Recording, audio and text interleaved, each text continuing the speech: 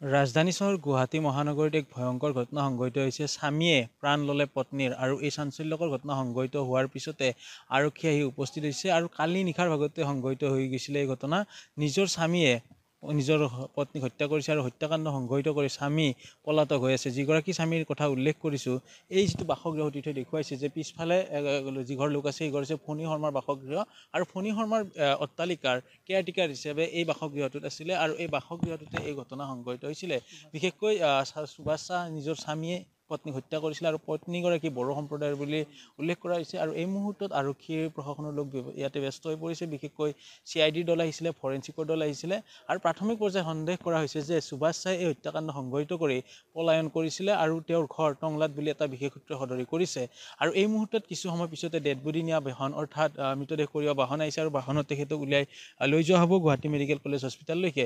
আৰু এইখিনি মুহূৰ্তত যদি এই গোটেই ঘটনা কেনেকৈ পোহৰলৈকে আহিলে, কালি সংঘটিত হয় ঘটনা, যদি সেই কথাৰ বিৱৰণ দিওঁ তেতিয়াহ'লে উল্লেখ কৰিব লাগিব যে সুভাষ চাহে মালিক যিগৰাকী আছে ফণী শৰ্মাক নিজে ফোন কৰি জনাইছিলে আজি দুপৰীয়া প্ৰায় 12ৰ পৰা 1 বজাত যে মোৰ যিটো আপোনালোকৰ কেয়াৰটেকাৰ থকা ঘৰটো আছে এই ঘৰটোত মোৰ পত্নীগৰাকীক মই হত্যা কৰি পলাই আহিছোঁ আৰু আপুনি আৰক্ষীক খবৰ দিয়ক বুলি তেওঁ নিজে জনাইছিলে। আৰু পৰৱৰ্তী পৰ্যায়ত যিগৰাকী ফণী শৰ্মা স্বত্বাধিকাৰী ফণী শৰ্মাই আৰক্ষীৰ লগত যোগাযোগ কৰিছিলে আৰু আৰক্ষীৰ দল আহি উপস্থিত হৈছিলে। যিহেতু তলা লগা আছিলে, তলা ভাঙিছিলে, তলা ভাঙি প্ৰৱেশ কৰি দেখিলে যে পত্নীগৰাকী বিচনাত পৰি আছে, গলতে পিঠিত আৰু হাতত কেইবাটাও স্থানত আঘাতৰ চিন পোৱা বুলি তেখেতসকলে উল্লেখ কৰিছিলে। আৰু নতুন সংহিতা আইন অহাৰে পিছত তেখেতসকলে ভিডিঅ'গ্ৰাফিও সেইসমূহ কৰিছে আৰু এইসকল লোক যিসকলে স্থানীয় লোক যাৰ সাক্ষ্য লৈছে এই মুহূৰ্তত ওলাই গৈছে। ইয়াতে আৰক্ষী CID ফৰেঞ্চিকৰ দল আছে আৰু সেই সকলোকৰ সাক্ষ্য লৈ এই মুহূৰ্তত ওলাই যোৱা পৰিলক্ষিত হৈছে।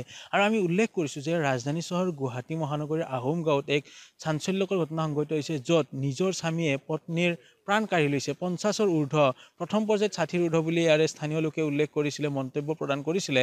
কিন্তু আৰক্ষীৰ এটা সূত্ৰ সদৰি কৰিছে যে তেখেতৰ পৰিচয় লাভ কৰা নাই, বড়ো উপাধিৰ বুলিও কৈছে আৰু তেওঁ সেই 50ৰ ঊৰ্ধ্বৰ হ'ব বুলি উল্লেখ কৰিছিলে। আৰু স্বামী যিগৰাকীৰ কথা কোৱা হৈছে চাহ উপাধিৰ, তেওঁৰ ঘৰ সুভাষ চাহ, তেওঁৰ ঘৰ টংলাত বুলি উল্লেখ কৰিছিলে। আৰু এই গোটেই ঘটনা কালি নিশাৰ ভাগতে সংঘটিত হৈছিলে। প্ৰায়ে ইয়াতে কাজিয়া হৈছিলে আৰু সুভাষ চাহে পেছাত ৰিক্সা চালক আছিলে আৰু সমান্তৰালভাৱে পত্নীগৰাকীয়েও কিন্তু ইয়াতে হোটেল বা কেতিয়াও ফুটপাথত তেখেতে ব্যৱসায় কৰাৰ কথা ইয়াৰে একাংশই উল্লেখ কৰিছে।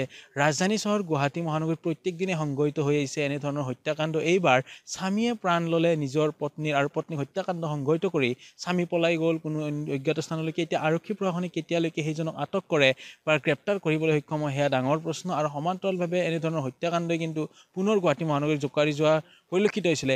এইখিনি মুহূৰ্তত পুনৰ উল্লেখ কৰিব বিচাৰিম যে এই গোটেই ঘটনা কেনেকৈ পোহৰলৈকে আহিল, যদি তাৰ বিৱৰণ পুনৰাই দিছোঁ যে স্বামীয়ে যোৱাকালি তেখেতসকলৰ মাজত কাজিয়া হৈছিলে, কাজিয়াৰ পিছত মাৰপিটৰ ঘটনা হৈছিলে, মাৰপিটতে তেখেতক আঘাতপ্ৰাপ্ত কৰি মৃত্যুমুখলৈকে ঠেলি দিলে আৰু হত্যাকাণ্ড সংঘটিত কৰি আজি ৰাতিপুৱাৰ ভাগত তেওঁ পলায়ন কৰিছিলে। আৰু সমান্তৰালভাৱে স্বামীগৰাকীয়ে নিজৰ যাৰ ঘৰত আছিলে কেয়াৰটেকাৰ হিচাপে ফণী শৰ্মাক ফোন কৰি কৈছিলে যে মই তেওঁক হত্যা কৰি পলাই আহিছিলোঁ, আপুনি আৰক্ষীক খবৰ দিয়ক বুলি উল্লেখ কৰিছিলে। সেই খবৰ লাভ কৰাৰ পিছতে আৰক্ষীৰ লোক আহিছিলে আৰু এই মুহূৰ্তত অতিথি পুনৰ দেখুৱাইছে আহোম গাঁৱৰ দৃশ্য পোনপটীয়াকৈ যে আৰক্ষী প্ৰশাসনৰ সমান্তৰালকৈ CID ফৰেঞ্চিকৰ দল আহি উপস্থিত হৈ মৃতদেহ নিয়াৰ ব্যৱস্থা কৰিছিলে। এই যিটো টিঙৰ ঘৰটো দেখিছে তাৰ ভিতৰতে এখন বিচনাত এই মুহূৰ্ততো মহিলাগৰাকীৰ মৃতদেহ পৰি ৰৈছে। আৰু পিছফালে থকা অট্টালিকাটো যদি দেখুৱাই, এইটো হৈছে ফণী শৰ্মাৰ অট্টালিকা আৰু ফণী শৰ্মাৰ লৈকে ফোন কৰিয়ে জনাইছিলে। আৰু এই বাসগৃহটোতে আছিলে তেখেতৰ বাসগৃহটোৰ পৰা প্ৰায় 40 ফুট আঁতৰত থকা এইটো কেয়াৰটেকাৰৰ ৰুম। আৰু এই ৰুমতে গুৱাহাটী মহানগৰীৰ আহোম গাঁৱৰ এই ঘৰটোতে সংঘটিত হ'ল চাঞ্চল্যকৰ হত্যাকাণ্ড, য'ত স্বামীয়ে পত্নীক হত্যা কৰি পলাই গ'ল। এতিয়া আৰক্ষীয়ে কেতিয়ালৈকে তেওঁ কৰায়ত্ব কৰে সেয়া এই মুহূৰ্তত ডাঙৰ প্ৰশ্ন বা লক্ষণীয় হ'ব। আপুনি বিচৰা বাতৰি পাব কেৱল নিউজ 18 এপত।